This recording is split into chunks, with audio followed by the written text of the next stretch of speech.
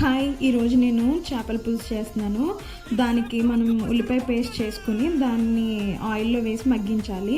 దాని తర్వాత నేను ఫిష్కి ముందే ఏం చేశానంటే ఉప్పు, కారం, అల్లం వెల్లుల్లి పేస్ట్, కొంచెం మసాలా ముందే కొంచెం లైట్గా పట్టించానండి. మరీ ఓవర్గా కాకుండా కొంచెం ముక్కకి అది పట్టుండి మ్యారినేట్ అయ్యేలా పట్టించాను అనమాట. దాన్ని అలా నేను ఇవి కొంచెం ఉల్లిపాయ పేస్ట్ మగ్గిన వెంటనే ఇలా చేపలను ఉంచేసి కాసేపు ఉంచి అవి మగ్గావి అనుకున్నప్పటికీ ఈ లోపు నేను చింతపండు పులుసుని కలుపుకొని ఉంచుకున్నాను. చింతపండు పులుసు కలుపుకొని ఉంచుకున్నాక ఇవి మగ్గాయి అన్న తర్వాత నేను చింతపండు పులుసు